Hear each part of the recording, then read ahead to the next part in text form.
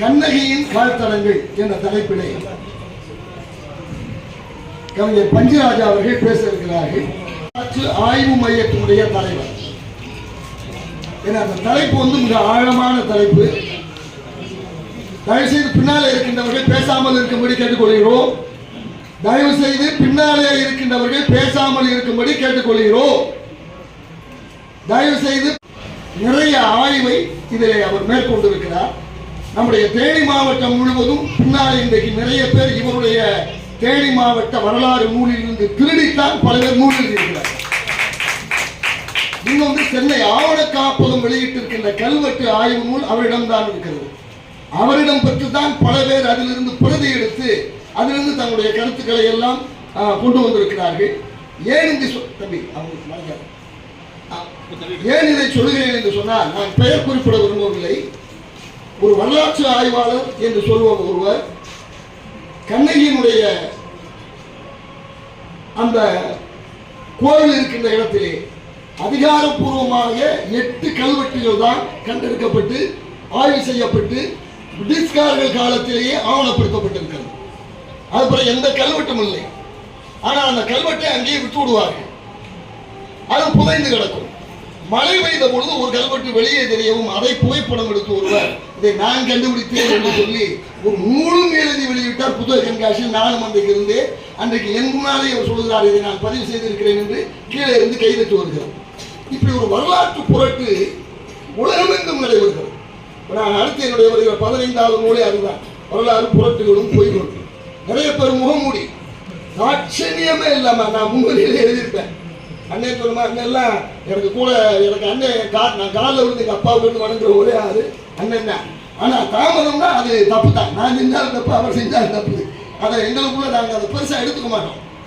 என்னை பற்றி அவருக்கு தெரியும், அவரை பற்றி எனக்கு தெரியும். அதுக்காக சொல்லுவார். அப்படி ஒரு பொய்களும் புரட்டுகளும் நிறைய வரலாற்றிலே வந்து கொண்டிருக்கிறது. ஆனால் இவர் நல்ல ஒரு வரலாற்று ஆய்வாளர். என்ன ஒரு பழக்கம் தமிழகத்தில் என்றால், தன்னை விளம்பரப்படுத்திக் கொள்ளவில்லை என்றால் அவருக்கு ஒண்ணுமே தெரியாது. அவர் என்ன தெரியும்? அவர் சும்மா நானால ஆசிரமம் வச்சிருக்காரு. நான் ஒரு நிமிஷம் எடுத்துக்கிறேன். நான் தலைமை உரையாற்றல எதுவுமே பேசல, அதனால சொல்றேன். அப்படி நிறைய செய்திகள் தெரிந்து வைத்திருக்கிறவர். எனக்கு ஒரு பெருமிதம் என்னன்னா என் தம்பி. ஆனா எனக்கே தெரியாத பல விஷயங்கள் அவருக்கு தெரியுங்கிறது எங்க நன்மையில தான் தெரியும். அவரை நான் பெருமிதம் சொல்லலாம். ஒரு தகுதியுடைய ஒரு மனிதர். நிறைய வரலாற்றிலே நிறைய ஆய்வு செய்து நிறைய செய்திகளை தன் கைவசம் வைத்திருக்கிறார். நிறைய வரலாற்று நூல்களை எழுதியிருக்கிறார். தன்னை விளம்பரப்படுத்திக்கிறது. இன்னைக்கு காலம் என் பையன் தான் அடிக்கடி சொல்றேன், நீங்க எப்படியே உங்களை பற்றி சொல்லாமே நான் சொன்னல. தமிழகத்தில் மிகப்பெரும் ஆளுமைகள் எல்லாம் எனக்கு பழக்கம். என் பாக்கெட்ல பேனா மாதிரி உள்ள மிகப்பெரிய மனிதர்கள் எல்லாம். ஆனால் வெளியே நான் சொல்லிக் கொள்ளாமல் சாதாரண ஒரு அச்சம் வைத்திருக்கிறார் என்ற இருந்து சில அது தவறுன்னு சொல்லுவார். ஜூலியஸ் சீசர் சொன்னாங்க, என் பெருமைகளை நான் சொல்லிக் கொள்ளாவிட்டால் யார் சொல்லுவார்கள்? ஏன்னா சொல்லாம பல செய்தி. தம்பி ஆரோக்கியராஜை கூட இன்னைக்கு ஆரம்பத்தில் ஒரு செய்தி சொன்னார். நாளைக்கு பீர் முகமது பாவலர் விருது வழங்குகிறார்கள் எனக்கு நாளைக்கு தேனிங்க. இது நாளைக்கு நடக்க வேண்டிய நிகழ்ச்சியை தான் மாற்றி இன்னைக்கு வச்சுருக்கோம். பாவலரை பற்றி யாருமே இதுவரை எழுதவில்லை. இதான் குறிப்பா பிரச்சனையா இருந்தா. அவருடைய தந்தை பெயரே தெரியல யாருக்கு. அவங்க குடும்பத்துல அவங்க அத்தா பேர் என்னன்னா எனக்கு தெரியாதுட்டாங்க. நூல் அச்சிட போறப்பதான் எனக்கு பெருசா இருந்தாங்க. உடனே காந்தி ஒரு தேதி கொடுத்து கலந்து கொண்டாராம். இந்த செய்தியெல்லாம் அதில் பதிவு முடிவு பண்ணிட்டாங்க. 1934 இங்க நம்ம கோணியர் பிள்ளையுடைய வீட்டுல, ஏன்னா அவர் தான் இங்க பேரூராட்சி மன்ற தலைவராக இருக்காரு. அப்ப இங்கிருந்து அதிகாலை காலை 9 மணிக்கு அவர் தேவாரம் போறது. தேவாரம் போயிட்டாரு. இது நடந்த நிகழ்வு. ஆனால் அண்ணன் சொன்னது எனக்கு மகாத்மா காந்தி கிட்ட அந்த செய்தியை போய் சொல்றாங்க. பூரா ஒரே மழைக்காலமா இருக்கு, தேவாரம் பகுதியெல்லாம் போக முடியாது, இதனால இந்த பயணத்திட்டத்தை நீங்க நிறுத்தணும் அப்படின்னு சொல்லும்போது மகாத்மா காந்தி அவர்கள் என்ன சொன்னார்னு சொன்னா, அவருக்கு தெரியாத விஷயம் இல்லை, இருந்தாலும் நான் சொல்றேன். மகாத்மா காந்தியடிகள் என்ன சொன்னார்னா, தேனி மாவட்டத்திலே குறிப்பாக கம்பம்பள்ளத்தாற்றிலே தேவாரம் பகுதியிலே சுதந்திர போராட்டத்திலே ஈடுபடக்கூடிய ஏராளமான தியாகிகள் இருப்பதனால் என வண்டி போக மாட்டேங்குது, அப்ப நான் நடந்து கூட வருவேன் மகாத்மா காந்தி சொன்னதாக அங்க வரலாறுகள் பதியப்பட்டிருக்கு. அந்த அளவுக்கு தேவாலயத்துக்கு தமிழகத்தின் பர்தோலி அப்படின்னு ஒரு பட்டப்பேர் உண்டு. அந்த பர்தோலி சத்தியாகிரகம் படேல் அவர்கள் நடத்தி, அதனால அவருக்கு சர்தார் பட்டமே கொடுத்தாங்க. அதுக்கு இணையா நம்முடைய தமிழகத்திலே தேவாரம் பகுதி தான் தேசபக்தர்கள் அதிகம் நிறைந்த பகுதி. ஆகவே தான் காந்தி அங்க முதல் தேதி கொடுத்துட்டு இங்க வந்து வந்துட்டார். அந்த அளவுக்கு சுதந்திர போட்ட தியாகிகளை தந்த பகுதி. இந்த ஒரு நல்ல ஒரு நிகழ்விலே கம்பம் பாரதி தமிழ் இலக்கிய பேரவையும் நூலக வாசகர் வட்டமும் இணைந்து நடத்திக் கொண்டிருக்கின்ற இந்த உலக புத்தக விழாவிலே மரியாதைக்குரிய ஜெயகாந்தன் அவருடைய பிறந்தநாள் விழாவிலே உங்களை எல்லாம் சந்திக்கின்ற ஒரு நல்ல ஒரு வாய்ப்பை நல்கிய பாரதி தமிழ் இலக்கிய பேரவைக்கும் இந்த நல்ல ஒரு நிகழ்விலே மங்களதேவி கண்ணகியினுடைய திருவிழா நடைபெற இருக்கின்ற மே 12ஆம் தேதி நடைபெற இருக்கின்ற இந்த ஒரு நல்லது ஒரு காலகட்டத்திலே மங்களதேவியினுடைய கண்ணகியினுடைய கால் தடங்கள் பற்றி பேசுவதற்கான ஒரு வாய்ப்பை நல்கிய பாரதி தமிழ் இலக்கிய பேரவைக்கும் அதை கேட்பதற்கு இங்கே வருகிறது சிறப்பு செய்து கொண்டிருக்கின்ற உங்களுடைய அனைவருடைய பொற்பாதங்களை வணங்கி மகிழ்வதிலே நான் பெருமகிழ்வு அடைகின்றேன். உண்மையிலே இன்னைக்கு கண்ணகினா பத்னினா இன்னைக்கு யாரை சொல்லுவோம்? கண்ணகி ஒட்டுமொத்த பெண் இனத்தினுடைய நாயகி கண்ணகி. சிலப்பதிகாரம் குறிப்பிடுறது மாதிரி அன்னைக்கு மதுரையிலே கோவலன் வெட்டுண்ட காலகட்டத்தில் ஒரு மிகப்பெரிய ஒரு ஆட்சி அதிகாரத்திலே இருந்த பாண்டிய மன்னனை நீதி கேட்டு போராடிய ஒரு மகத்தான ஒரு பெண்மணி யாருன்னு சொன்னா கண்ணகி. உண்மையிலே ஒரு சம்பவம் நடந்து போச்சு. அந்த அம்மா அங்கிருந்து நீதி கேட்டு போராடி செல்லத்தம்மன் கோவிலிருந்து அங்கே கிளம்பி வர்றாங்க. கிழக்கு வாயில் வழியாக நான் என் கணவனுடன் உள்ளே நுழைந்தேன், இன்று மேற்கு வாயில் வழியாக நான் தன்னந்தனியாக போகிறேன் என்ற ஒரு மாபெரும் கோபத்தோடு அந்த அம்மா நடந்து வர்றாங்க. மதுரையை எரிச்சுட்டாங்க. மதுரையை எரிச்சுட்டு அப்படியே நடந்து வந்து கோபத்தோட விராட்டிபத்து பக்கம் வந்துட்டாங்க. திரும்பி பார்க்குறாங்க. திரும்பி பார்த்தா மதுரை எரிஞ்சுக்கிட்டு இருக்கிறது எப்படி எரிஞ்சுக்கிட்டு இருக்குது. அதனாலதான் அந்த விராட்டிபத்துக்கு அந்த இடத்துல தான் கிருதுமால் நதியும் வைகையும் கூடக்கூடிய ஒரு இடம் அந்த விராட்டிபத்து. அந்த இடத்துல வந்து அவங்க வந்து மதுரையை திரும்பி பார்க்குறாங்க. அதனாலதான் அந்த இடத்துல திரும்பி பார்த்த அம்மன் ஒரு கோவில் அமைச்சு கண்ணையினுடைய அடையாளமாக இன்று வரை அவர்கள் வழிபட்டு கொண்டிருக்காங்க. அது மாதிரி பார்த்தீங்கன்னா கண்ணையினுடைய கால்தடங்களை தேடி நாங்கள் நிறைய போனோம். செல்லத்தம்மன் கோவிலுக்கு போயிருக்கோம். அது மாதிரி கோவலன் வெட்டுண்டு கிடந்த அந்த கோவலன் பொட்டல் என்று சொல்லக்கூடிய பழங்கானத்தில் இருக்கக்கூடிய ஒரு இடத்துக்கு நாங்கள் போயிருக்கோம். அது மாதிரி விராட்டிபத்து, அது மாதிரி மருதகாளியம்மன், நம்முடைய குள்ளப்புறம் என்று சொல்லக்கூடிய வைகையும் மஞ்சளாரும் கூடக்கூடிய ஒரு அற்புதமான இடம் அந்த குள்ளப்புறத்தில். அங்கே நடந்த சம்பவம்னா நாங்கள் கட்டாயம் பதிவு பண்ணணும். ஏன்னா இன்னைக்கு தேனி மாவட்டம் முழுக்க மட்டுமில்லாமல் மதுரையின் பல்வேறு இடங்களில் நாங்கள் இந்த கண்ணையுடைய கால்தடங்களை தேடி, அது மாதிரி சமண மட அடையாளங்களை தேடி, பௌத்த அடையாளங்களை தேடி நாங்கள் நிறைய இடத்துக்கு போயிருக்கோம். அப்ப இந்த மருதகாளியம்மன் கோவில் இருக்கிற இடத்துக்கு ஏன்னா கண்ணையினுடைய கால்தட பதிஞ்ச இடம் அப்படின்னு பதிவு பண்ணதுனால நாங்கள் அங்கே போகணும் அப்படின்னு போகும்போது குள்ளப்புறத்துக்குள்ள நாங்கள் நுழைஞ்சிட்டோம். அங்க போய் மருதகாளியம்மன் கோவில் எப்படிங்க போகணும் அப்படின்னு நான் கேட்கிறேன்.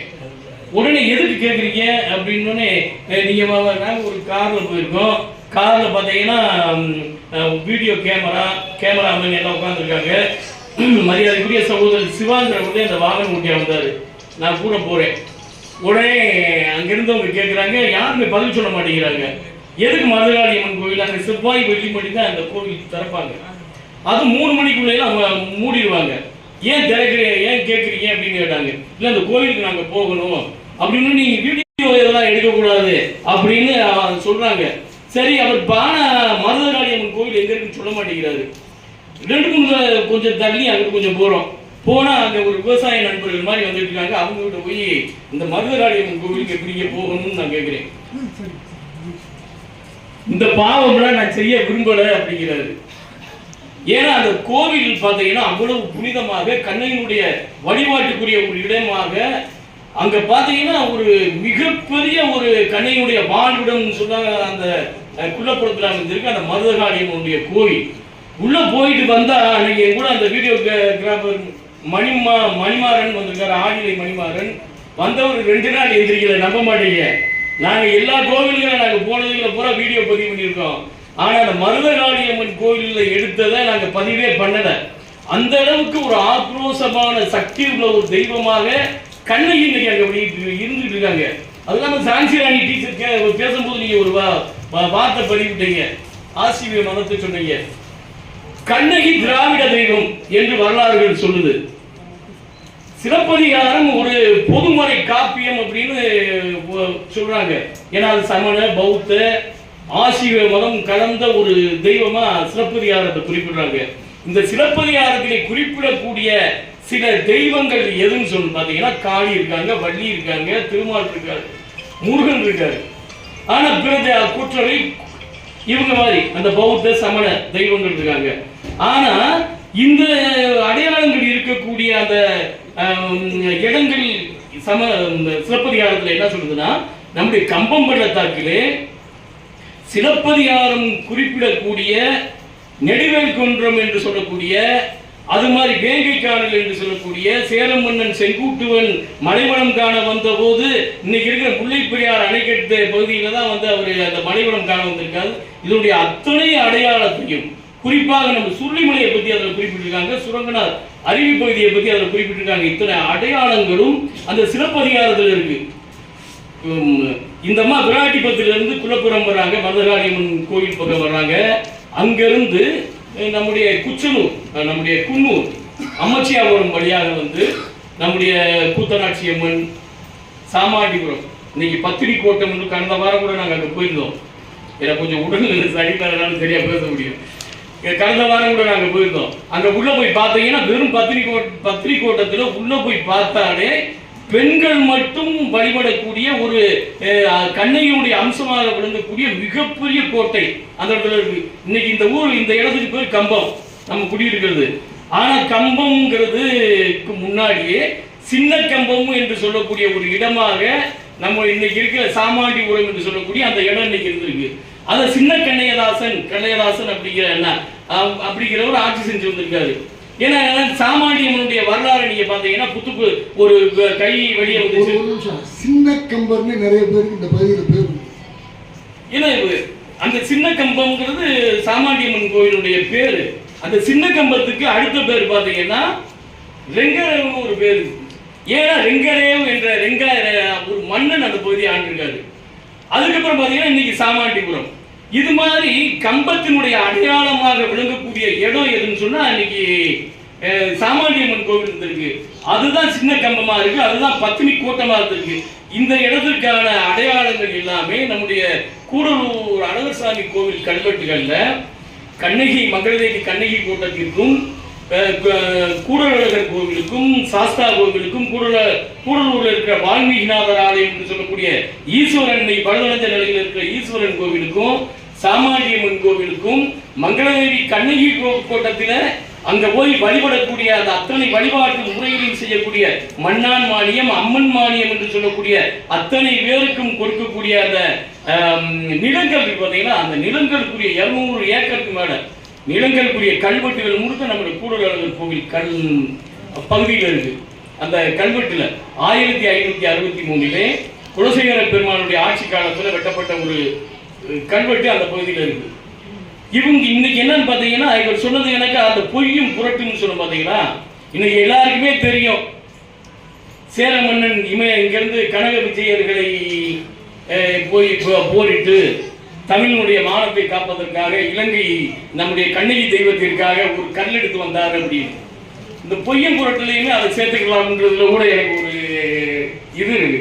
ஏன்னா மிகப்பெரிய வரலாற்று ஆய்வாளர், அவர் பேர சொல்ல இன்னைக்கு அவர் இறந்து போயிட்டாரு. அவருக்கு ஜனாதிபதி விருதுலாம் கொடுத்தாங்க. ஆனால் இல்லையா என்ன சொல்றேன்னு பாத்தீங்கன்னா, ஒரு வரலாறுகள் ஒவ்வொரு காலகட்டத்திலையும் எப்படி மாறுதுங்கிறது கீழடி கள ஆய்வுங்கிறது ஒரு உதாரணம். இன்னைக்கு 2500 ஆண்டுகளுக்கு முன்னால 3000 ஆண்டுகளுக்கு முன்னால மதுரையினுடைய தலைநகரமாக அந்த பகுதி இருந்துச்சு அப்படின்னு இன்னைக்கு சொல்றாங்க. ஆனா இந்த சேரன் செங்குட்டுவன் இமயமலைக்கு போய் கனக விஜயரை கொன்று அங்கிருந்து அவங்க தலையில அந்த கள்ள சுமந்து கொண்டு வந்தாருங்கிறது எவ்வளவு தூரம் உண்மை அப்படிங்கிறது ஒரு யோசிக்கப்பட வேண்டிய விஷயமாக இன்றைக்கு வரலாற்று ஆய்வாளர்கள் அதை ஒரு பக்கம் சென்று கொண்டு இருந்தாலும் கூட இன்னைக்கு அதுல ஒரு யோசிக்கப்பட வேண்டிய என்னுடைய அறிவுக்கு எட்டியபடி கிபி 5ஆம் நூற்றாண்டு வரை உருவ வழிபாடோ சிலை வழிபாடுகளோ இல்லை எங்கேயுமே. அப்படி இருக்கிற ஒரு காலகட்டத்தில் கிபி 144 இந்த சம்பவம் எல்லாருக்கும் உங்களுக்கு தெரியும். ஏன்னா கட்டாயம் நான் சொல்ல வேண்டியிருக்கு. ஏன்னா கண்ணையினுடைய கால் தடங்கள்ங்கிறதுனால மதுரையை கண்ணையை எரிச்ச நாள் பார்த்தீங்கன்னா கரெக்டா கிபி 144 ஆடி வெள்ளிக்கிழமை.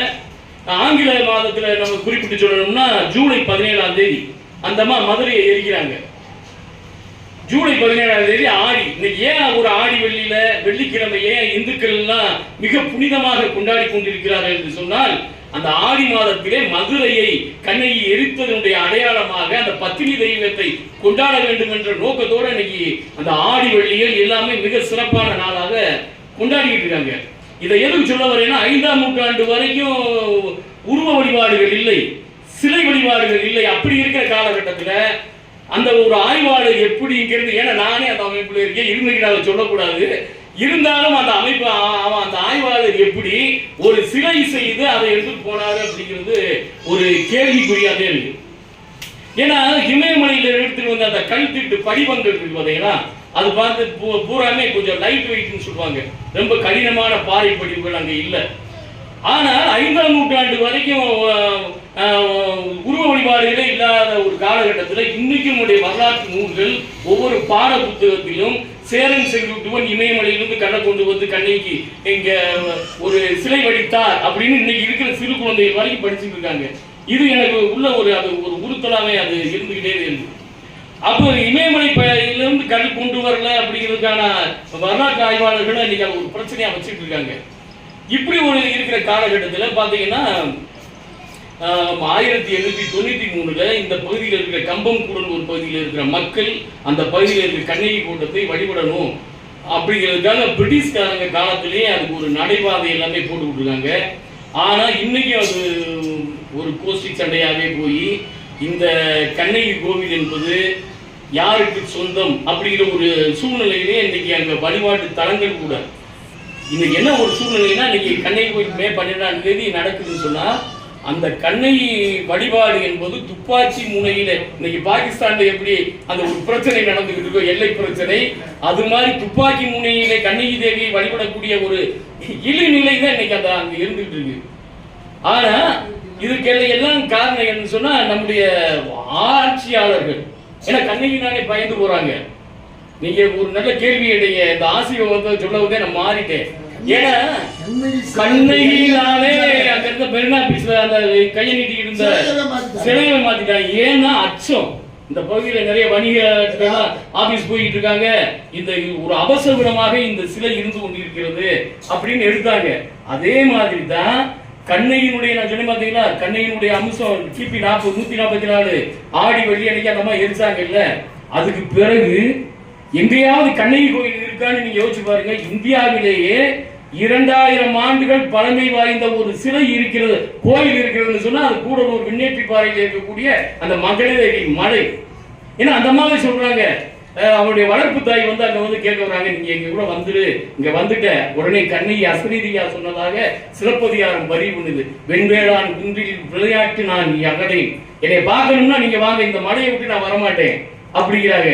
கண்ணகிக்கு எங்குமே கண்ணகியுடைய பெயரை தாங்கக்கூடிய கோவில்கள் எங்கேயுமே இல்லை.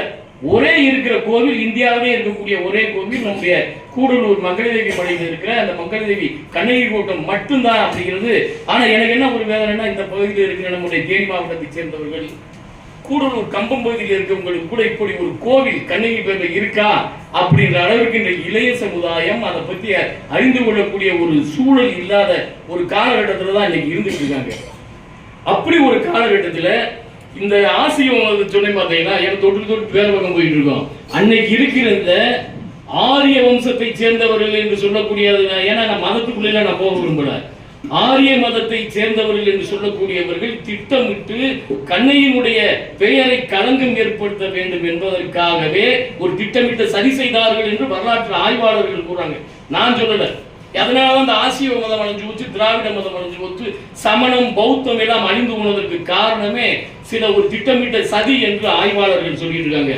இப்படிப்பட்ட ஒரு காலகட்டத்துல தான் அப்ப கண்ணகி யாரு எங்க இருக்கா அப்படின்னு ஒரு கேள்விக்குரிய எந்திரிக்குதா இல்லையா? இந்த மட்டும் குமிழி மலையில மட்டும்தான், கூடலூர் மகளிர் மலையில மட்டும்தான் அந்த அம்மா இருக்கா? இல்ல. அந்த அம்மாவுடைய அம்சமாகத்தான் இன்னைக்கு ஒரே ஒரு நேரம் சொல்லி ஒரே ஒரு செய்தி, கண்ணகியினுடைய படிமங்கள் கண்ணையினுடைய பிடிமண் எடுத்துட்டு போய் ஒவ்வொரு கோவில் உருவாக்குறாங்க பார்த்தீங்கன்னா அது எங்க இருக்குன்னு சொன்னா, ஏன்னா சேர மன்னன் அங்க கண்ணைக்கு ஒரு கோட்டம் அமைக்கும் போது கனக விஜயர் கூட்டு வர்றாரு, இலங்கையிலிருந்து கயவாக மன்னன் வர்றாரு, சேர சோழ பாண்டிய மன்னர்கள், இது மாதிரி எல்லாருமே வந்துதான் அங்க வந்து அந்த திருவிழா அங்க நடக்குது. இப்படி இருக்கிற காலகட்டத்தில் அங்கிருந்து பிடிமண்ணை எடுத்து கொண்டு போய் இலங்கையில கயவாக மன்னன் அங்க பத்தினி தெய்யோ அப்படின்னு அங்க வழிபாட்டு முறை. அது மாதிரி முதலாம் ராஜராஜன் இந்த பகுதியில் படையெடுத்து வர்றான். எங்க சேர நாட்டின் மீது ஏன் படையெடுத்து வர்றான்னா, அவன் இலங்கைக்கு படையெடுத்து போகும்போது அங்கிருந்து 5ஆம் மகனுடைய மனைவிய சிறை எடுத்துட்டு வந்துட்டான். அங்க பாத்தீங்கன்னா பத்தினி வழிபாடுங்கிறது இலங்கையில ரொம்ப கூடுதலா இருக்கிற காலகட்டம்.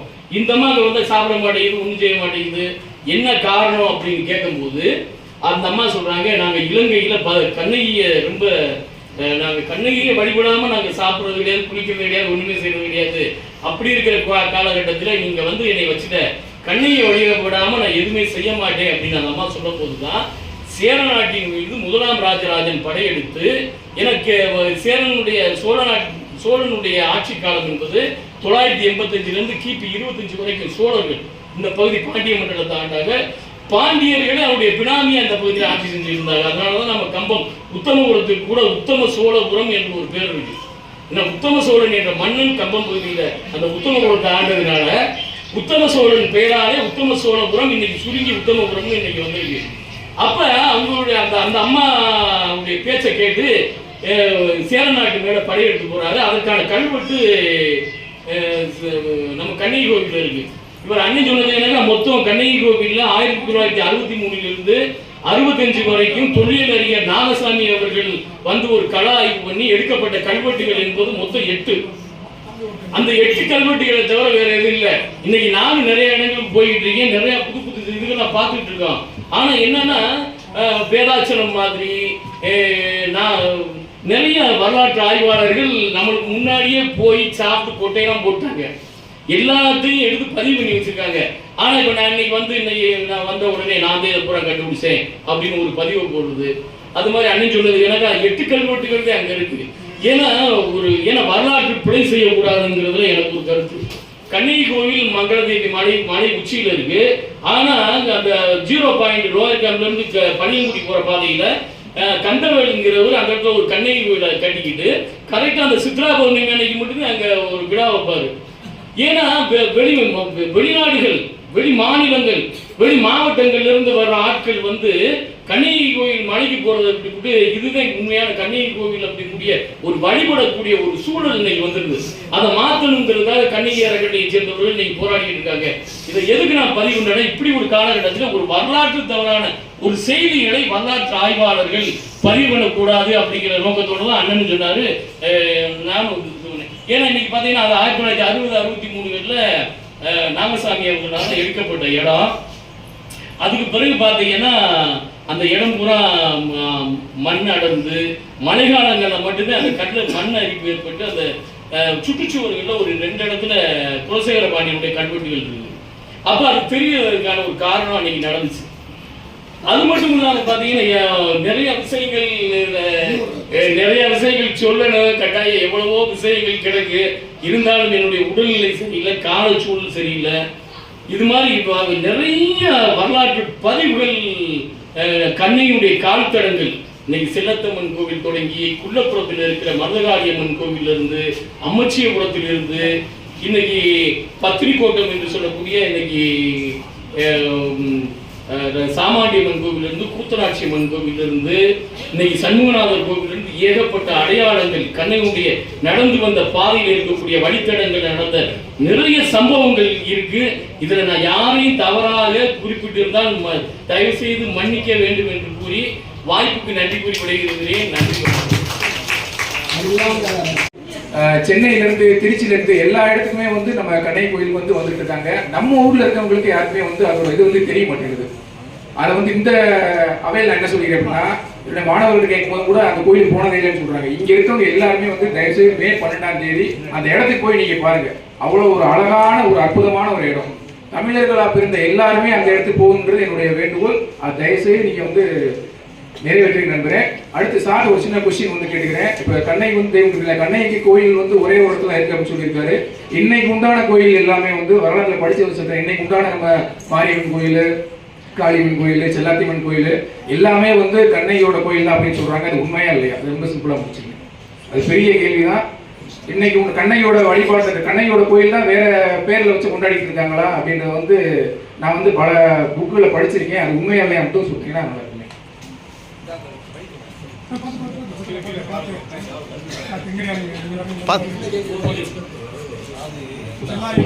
ஆமா, எல்லாமே கண்ணகியின் பேர் தான்.